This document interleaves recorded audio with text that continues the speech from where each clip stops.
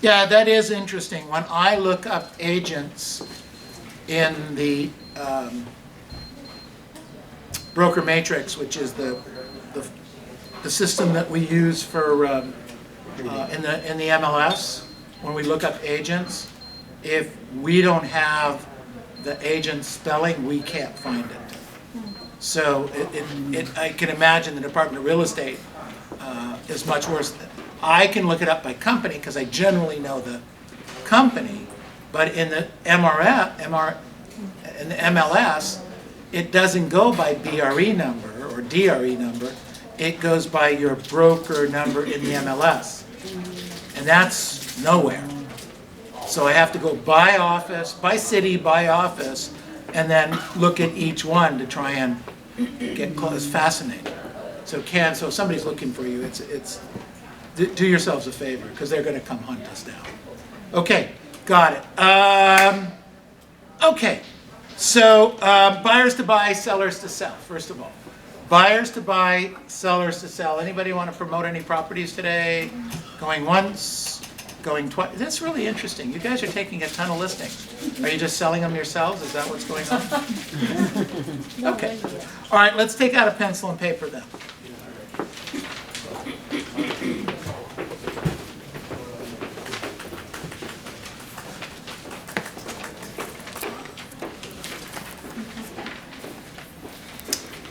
Before I go into this, I want to use this as a teeny bit of an open forum.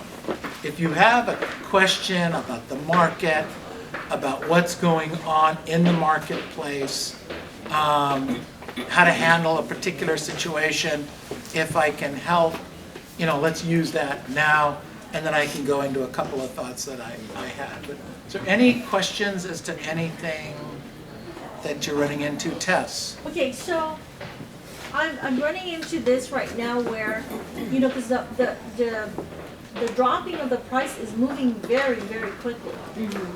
So when we take the listing, I'm pretty good at what it is so far at that time when you're doing the comparable. But because the market is moving very quickly as far as dropping of the price, what do you do in coming back to the seller because you want to sell the property? Yeah. Okay, so let me see if I can paraphrase. So basically you've gone on a listing presentation, you've given them some pricing and some comps. It's fairly accurate, or fairly current in the information you're giving them, but the price you gave 2 weeks ago and the sales or things that pendings today are dropping a little bit, and so maybe the price you gave them isn't necessarily a price that's going to help it sell today. Are you guys running into that? Is Tess the only one with that issue? No. Okay. So first of all, this is a conversation that we have had. Write this down. Pricing is a snapshot in time. Pricing is a snapshot in time. It's a great question, Tess. But pricing is a snapshot in time.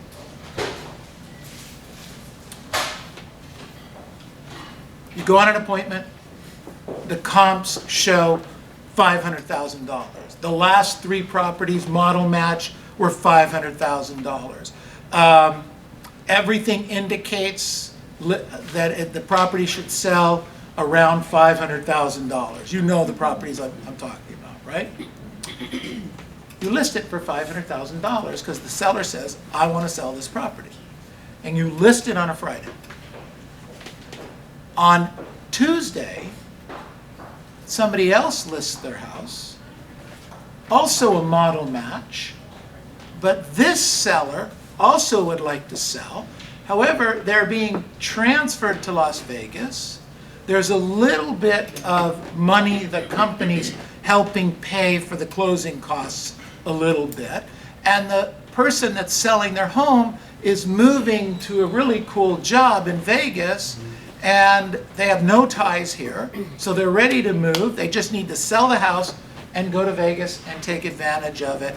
And they say to the listing agent, look, I get $500,000 is the price, but I need this sold this ASAP. I need it gone in a week or two. And so price it at 485. Get it priced at 485. Now, you told the seller $500,000. But now we have a competing piece of property through no fault of your own. It had nothing to do with you. And I think what happens is we feel responsible because we gave this price on Friday, and on Tuesday there's now this new price. Is this kind of where I'm at? Okay, that's my point.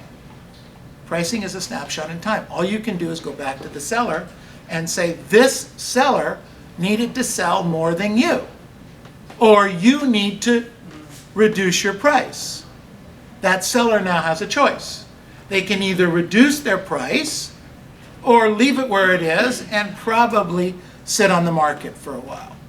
But it's not your fault. Okay. Do you get my point? Our job is to keep giving the information. Now, so everybody clear on that? Yes. Okay. Here's where you have to be careful. Are you giving a price that's a couple months old in terms of comps? So if, not you, is not you, but we have to be careful. If you're giving a closed price today, something that even closed this week, there's a good chance that property went into escrow 30 to 60 days ago, right? Yeah. And 30 to 60 days ago, the price could be a little different, couldn't it? Right. And the closing today doesn't reflect today's closing, but in fact, it could reflect, and does reflect, something that's 60 days ago. So what you need to be looking at today is use those closings as an indicator so that you're knowledgeable in the market. But let's look at what properties are being listed for in the area and how long properties have been on the market at those same prices. Because maybe nothing else has come up on the market in that particular area, but you have a piece of property that somebody wants to sell quickly with using a 2-month-old comp, and you list it, and we have agents that do this all the time. Not intentionally, it's just the way the market is. There's not a lot of information in certain areas. And these houses are staying on the market. So, Michael. Yeah, I just listed property last week in Corona, and I think the price was excellent. It was about 700. The model match that was around the corner was 750. A little better condition, but 700. So we scheduled the first open house this weekend, and guess what? When the other person find out about it, boom, they drop it to 700 immediately. So they were waiting to see what I was doing for them to come back. And you know what I mean? A lot of people are waiting to see what the new listings are coming up, and if they need to sell, like you said, they will adjust it. They're going to adjust their prices. And we have no control over And that. we have no control. That's what's going on. Thank you. Okay? That help a little bit? Yeah. Good. So, other questions like that? Great question, Tess. Other thoughts, other questions? Everybody's Is it guessing? fair to go back 45 days, or No. 45 days is too long, Con. is it? Yep. Sorry. 45 days today Uh, is like ancient history. Yeah. Oh. Okay? Big Meg. So I have one where I'm competing with another agent. I'm at $795, found out that they're leaning towards the other agent. Because of He's the price. at $890. Right. Wow. Like $100,000 difference. What's the motivation of the seller? It's a trust sale, so there are 4 different parties involved. Unfortunately, They're all scattered. right, unfortunately, because of the number of people involved, the marketplace and agents that don't know what they're doing, they're probably going to be rewarded with this listing, Yeah. unfortunately. Okay? So we have a choice.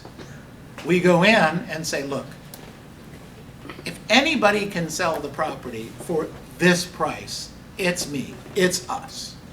I don't think this is the number, okay? I'm giving you the real world, but if you feel comfortable that the motivation's there and you can work with them after you've told them, let me see what I can do with it, and we'll bring the price down over time, and they're okay with that, and you're okay with that, that's fine. Otherwise, we're gonna lose the listing. The other agent's gonna be rewarded for giving the wrong information, and they're gonna be grinding the seller down.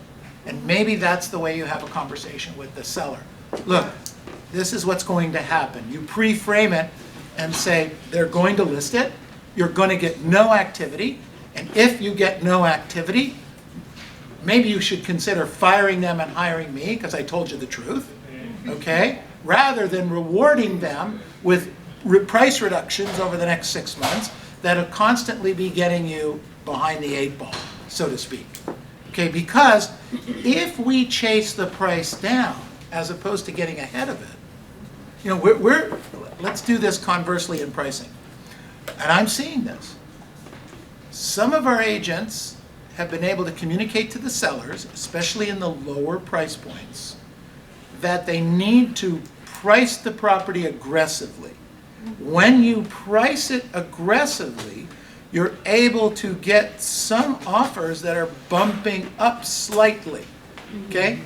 That way you're not chasing the market down, you're actually pricing it well and settling, if you will, at the right price.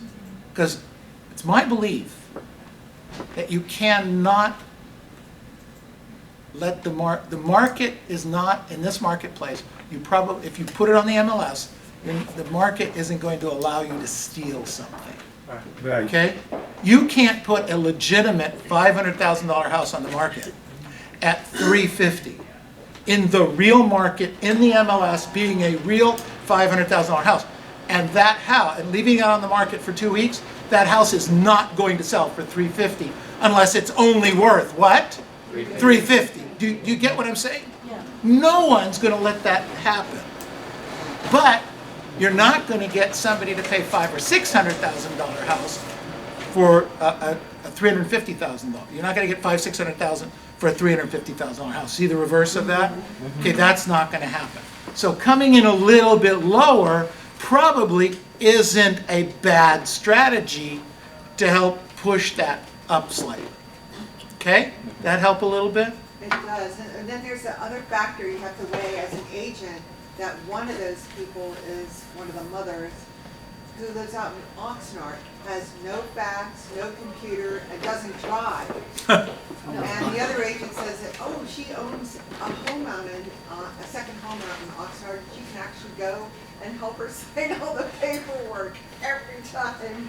I'm thinking, Well, here's an interesting strategy on that. yeah, You could take, as an example, I'll just use a number, $500, and hire a mobile notary at about $125 a deal per visit that's up in Oxnard, and let them go do that.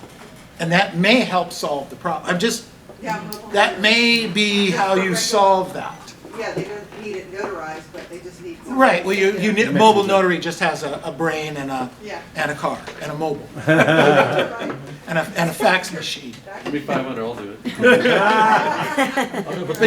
But you can't, but it's not $500 for one time. I'm suggesting $400 or $500 for 3 or 4 visits.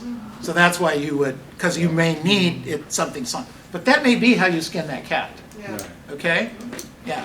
I would just follow what you said the other day, talking about what Tess was saying, and sending these properties for sale to a client, a buyer, and they were seeing like all the errors down for the price reductions, and it was so funny. In that only page, there were almost everything was showing down. Was showing down. And the buyer asked, he said, "What is that red thing going down?"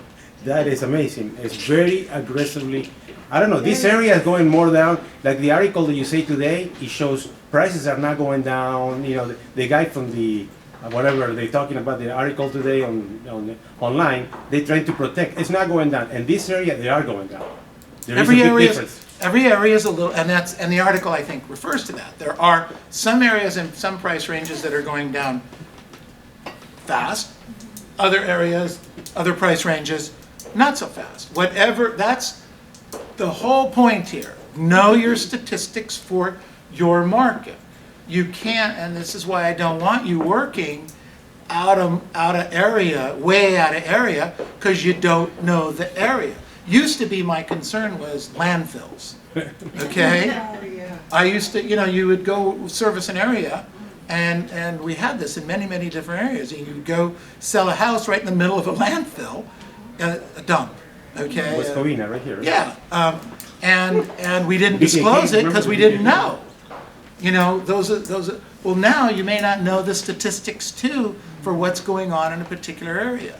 So you may not be giving the right information to Right. the seller, to the buyer.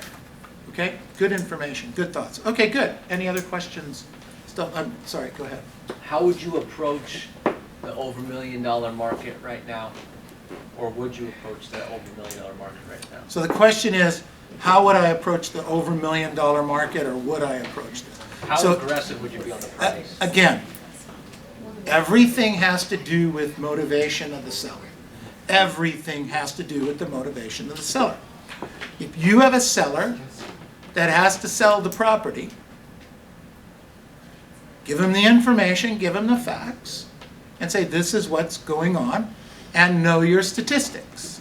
We talked about and I don't have the current statistics on Arcadia, so for the world, I don't have these right now, but a few weeks ago, there was 106 properties over $2 million listed for sale in Arcadia.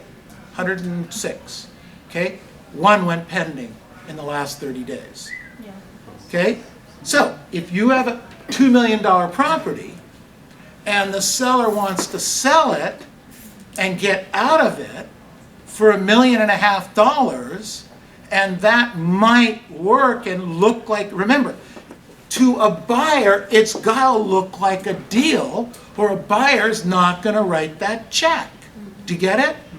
So just because you came in $10,000 low, you got it listed for $2 million, but you listed it for $2,990,000 or $1,990,000, that's not compelling. It's not gonna excite anybody. It's got to be exciting. So, motivation. But motivation goes in the $500,000 range, the $1 million range, the $3 million range, the $5 million range. It doesn't matter. What matters is the motivation of the seller and is their value there. Now remember, in those prices, the seller is going to want and need more marketing. But if it's priced really well, there's a good chance it can sell. But remember, one pending in 106 properties. So that means if one house sells every month, what that's going to take, 106 months? How many years is that? I won't live that long. Okay, does that help a little bit? Yeah, be retired by then. Got it. You have to be prepared to starve. You had to be prepared to starve. Nobody, no, I don't recommend starving. Okay, Another thing I'm noticing is that a lot of buyers are walking away from escrows, even for fitting deposits, saying, you know what, I jumped the gun and I can wait. so what Con is saying, that he's noticing that some buyers are walking away from escrows, even buyers that have, will be forfeiting their deposits because they can get a better deal. Even if they lose the $5,000 in deposit, they might get a similar house for 30,000, 40,000. 10,000 less, 20,000 less. So lose 5, gain 20. Yeah. Okay? Not, but we are finding there's a number of buyers who are going into escrow and then coming the next day and saying, whoa, whoa, whoa, I think I'm overpaying, or, because here's what goes on. They're excited. They do a deal. They go to an open house. It does look like a deal. You're excited. In some cases, you might have even double-ended the transaction. And now the buyer goes to work tomorrow. That was Sunday, today's Monday. Buyer goes to work. They walk into the office. Hey, I got this really great deal. Bought a house over here in Yaya Land, and da-da-da.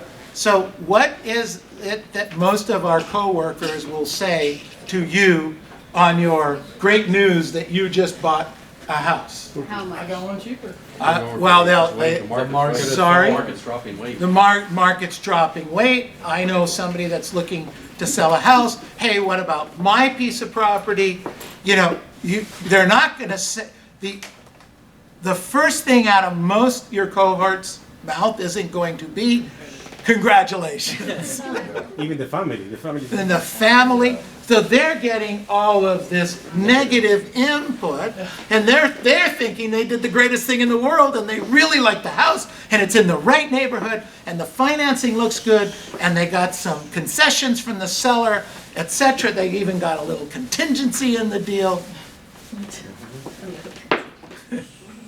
Interesting, huh? So, not only are you having a conversation with your buyers now, you're having a conversation with their family. Yeah. You're competing with the family.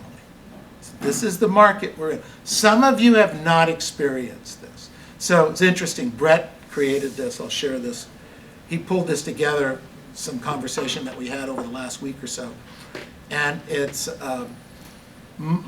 my business chronologically, my history, my business history chronologically.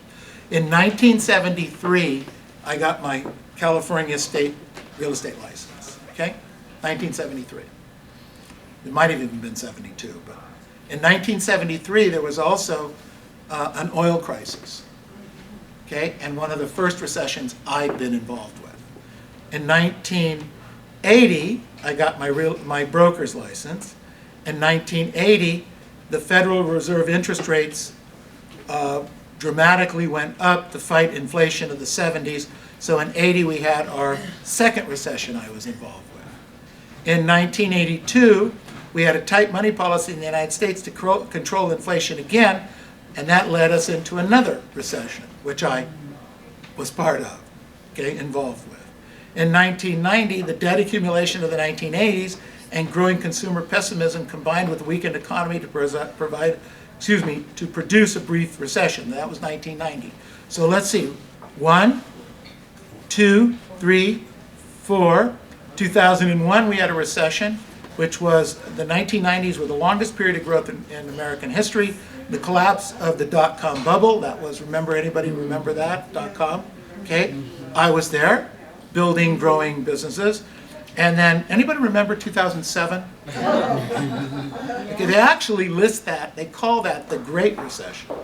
Okay? It's actually listed in our history books as the Great Recession. We had the Great Depression, now we have the Great Recession. So, and then what it says here is that in June of 2018, Neil sees the writing on the wall about what's going on in the market today. I'm not sure it's a recession. I don't know yet. But I do know the market's changing. We just spent the last 25, 30 minutes on the market changing, the prices changing. It's a totally different conversation than we had over the last, since 2009, isn't it? 2007 and 8, boom, boom, boom, boom, boom. 2009, it kind of settled, bounced along the bottom a little bit, and then started moving up. 10, 11, 12, 13, 14, 15, 16, 17, 18. Okay? 18. And now we're kind of bouncing a little bit. We're not sure if it's a recession. We don't know if it's a boy. We don't know if it's a girl. We do know we got some problems here, right? We do know we have some problems. Remember what I said.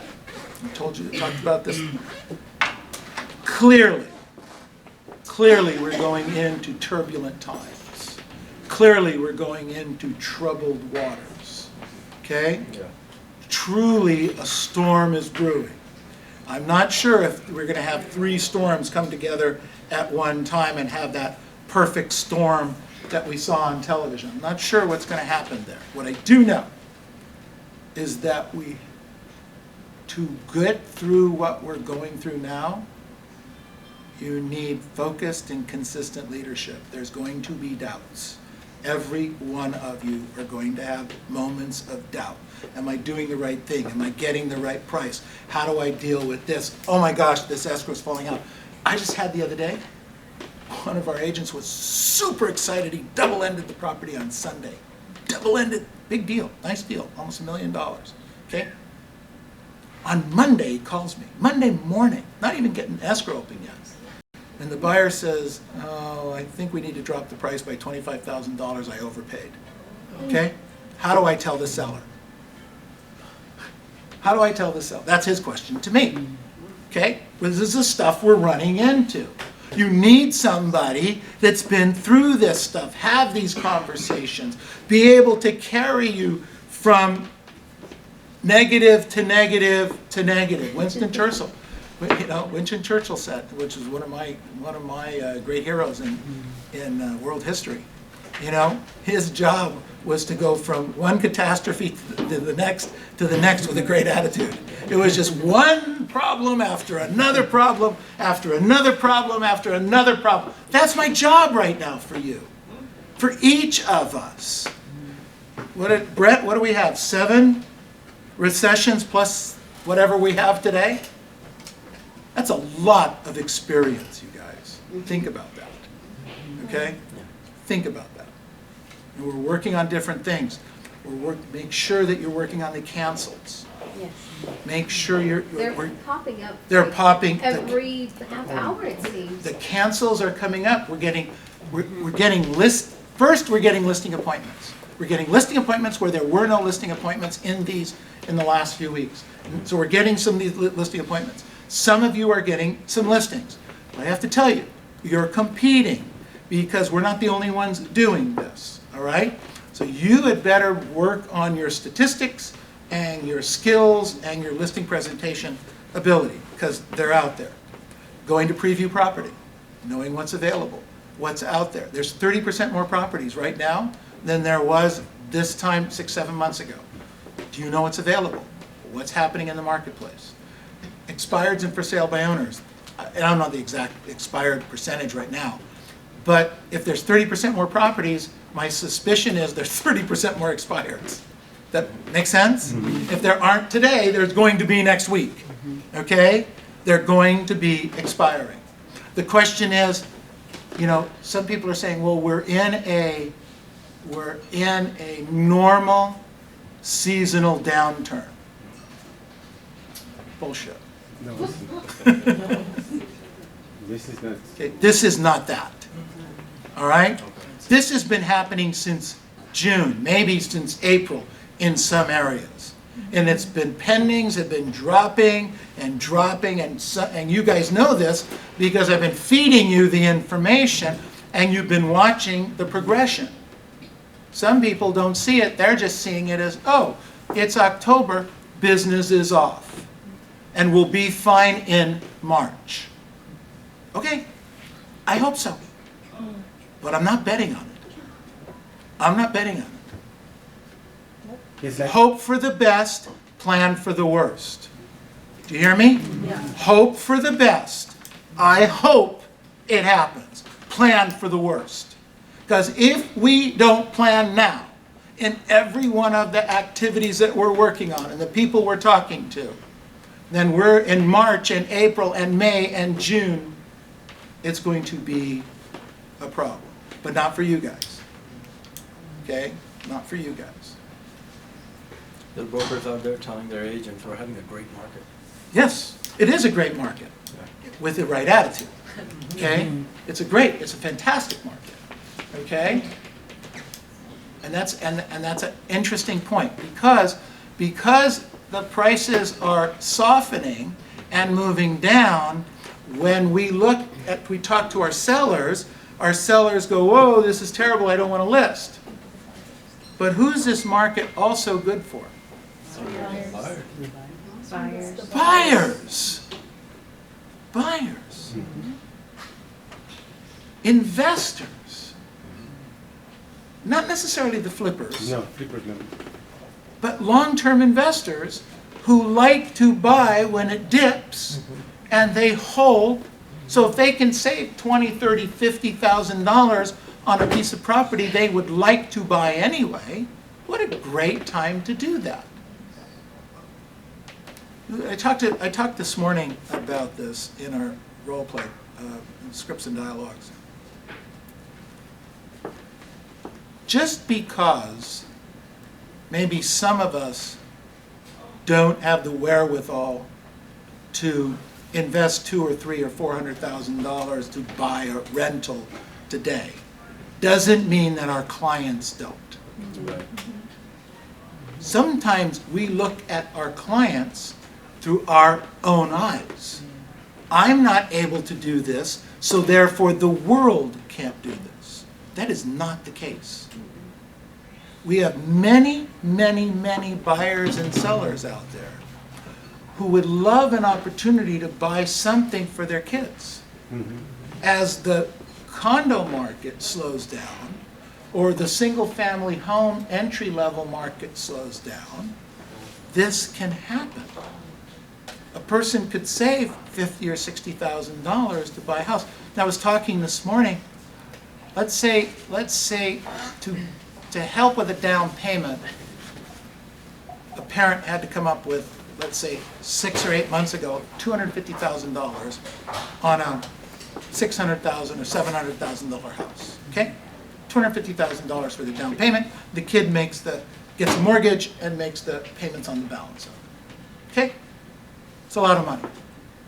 But today, maybe they only have to come up with $150,000 down. Still a lot of money, but it's not $250,000. Do you get my point? Yeah. It's $150,000. And now the kids still have the same mortgage, but the parents only have to pay $150,000. There are more parents that can now do that. You have to be talking to, when you talk to your sellers, and they say, no, I have no interest in selling. Okay, I get it. But how about buying something? How about buying a rental property? How about buying a piece of property for your children? It's a great market for that. That's our attitude switch. Does this make sense? Yes. You guys with me on this? Yes. All right, so other questions? Go ahead. When I watch YouTube for Les Brown or all the YouTube TV information, I heard that like Purple Brick for the no commission to the agent, and another app shows like Ari for the no commission, and it come up more and more, and I want to have like handling objections. Oh, you're talking about the low or no commission companies? Yes, no. Okay, no so commission so companies Lita, to sell that's it. a great question. All right. I see them more when I watch the YouTube TV for Right. motivational. So first of all, stop watching YouTube. But how can we get the Les Brown like? Okay, so this is a statistics issue. So first of all, let me say that after 44 years in the business, I've been through, what'd I say, 5, 6 different recession things. So we've had these companies all along. They come up, they go away.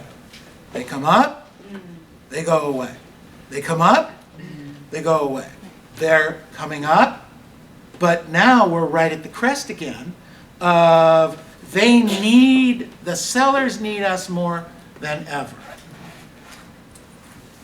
Now, it's not completely out in the public yet, but they need us more than ever. I think if you do your statistics, here's what I do know. Actually, I think I gave you this information for Purple Bricks. Didn't you have a listing presentation with Purple Bricks? No, somebody else was. Oh, We did it sorry. in Long Beach. No, it's somebody else. But anyway, so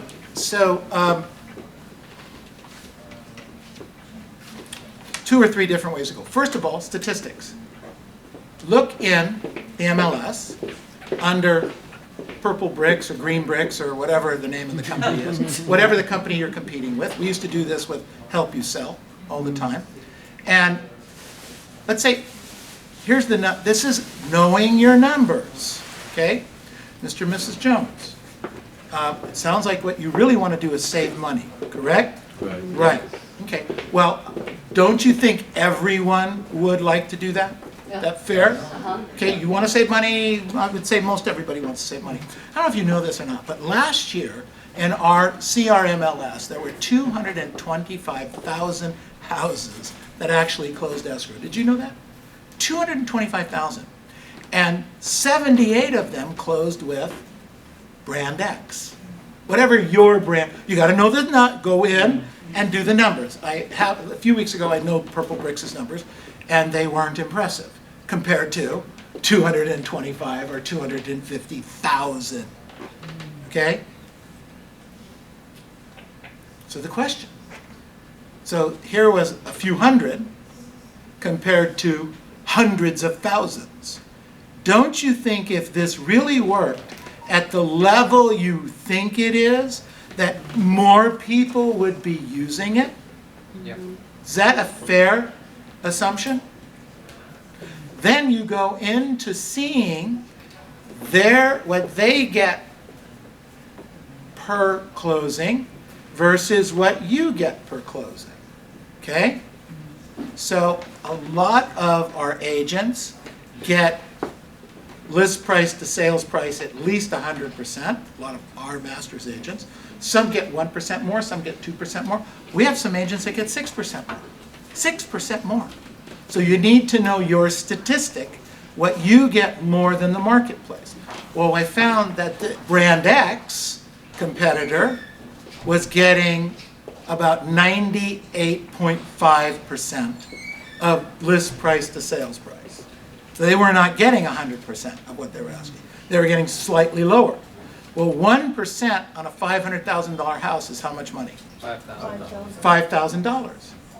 So they're getting $7,500 less, and if I get 2% more, 2% on a $500,000 house is how much? $10,000. So I'm actually getting potentially $17,000 more for the seller than brand X. You guys get this? Yeah. Yeah. But you can only do that if you know your what? Numbers. Numbers. You've got to know your numbers. Get it? So we'll help you with some of that stuff, but you need to check what's going on in the marketplace. So, Lita, I would suspect that in your market, if you did check your numbers, especially compared to the market, you would find you outperform the market and you could care less. You could care less. Bring it on. Bring it on, because I'll show you why working with me will net you more money, Mr. and Mrs. Seller. But you have to have a little bit of an attitude. And walk in with that attitude and then show them the statistics. Get it? Yep. If you drive around, you don't see their signs up anyway. You'll see maybe one No. one in the city. They start expiring. I see them expires, Purple Bricks. Well, and that's another great point, is what percentage of their properties expire. I mean, this is, whether it's that company or another, there's a lot of these kinds of companies out there. But I just don't think they're going to be a big issue. They're a big issue in our head, and occasionally we do run into them. But the 2 or 3 times we've competed with them, we're probably 3 for 5 right now that I was involved with. 3 we got, 2 we didn't get. Pretty good. The numbers that they present are pretty compelling to a seller, but we got 3 out of the 5 deals. And it may be that one of them didn't even sell. So it may not even count it.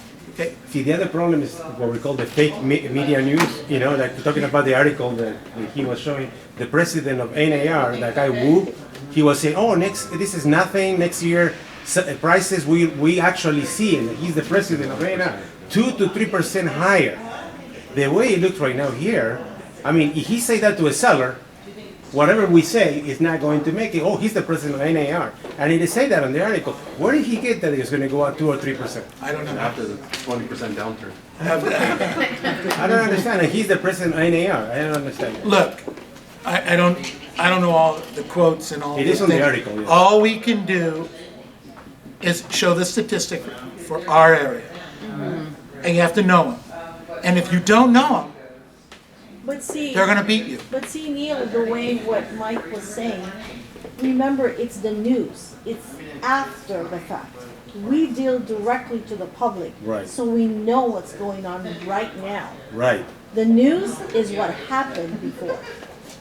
Yeah. What I'm saying is, this guy from NAR, he's the president of he's projecting for 2019, and he's talking on our behalf. So that's contradicting what we're saying right now. Oh, I wait, I'm gonna make 3% more, why I have to drop the price? And by the way, so this is critical. And some people don't get it. You guys do, some don't. Some sellers don't really want to sell. Did you know that? Yeah. No, I mean this. I know. We think, yeah, I would sell if I could get 50,000 more than anyone else has ever gotten on a Tuesday, but before the last Friday, only in months that end with Y. Okay? You know what I'm talking about. But we rush out there to get a signature on a listing, and then we're mad at the rest of the world. If a seller says to me, look, your guy said it's going to go up 3%, I get it, okay? Do you need to sell? I have to sell. Do you want to wait? I can't put the house on the market. Or, do you want to sell? Not if I can't get 3% more. If you can't get it for 2 or 3 years, are you okay with that? Yes. Walk away. Do you get my point? You're not going to change that deal. But we stand there trying to find words from the sky that aren't there. This is about their motivation. If they don't have any, move on. Why don't we move on? Because they're not enough inventory, that's why. We don't want to prospect. enough. We don't. I get it. But we don't have an option. Okay? Yes. Everybody with me on this? Yes. All right, let's focus ourselves. Yep. We have 2 or 3 more days this week. Okay? Great Thanksgiving. Lots of amazing things to be thankful for. Yep. Okay, lots of amazing things. Let's be thankful, let's share it with our families, and let's get back in here, because I'm telling you, Friday is a big work day. Friday is a day of opportunity. Saturday, Sunday. Okay, you don't have to take 4 days off. I don't know if you knew this. It's gonna rain anyway. Okay, yeah, it might rain. You don't have to take 4 days off. And if you take the afternoons off, you can work the mornings. Or if you need to take the afternoons off, or if you need to take the mornings off, you can work the afternoons. I'm giving you permission. All right? Now let's go out and make this a great week. Thank you very much.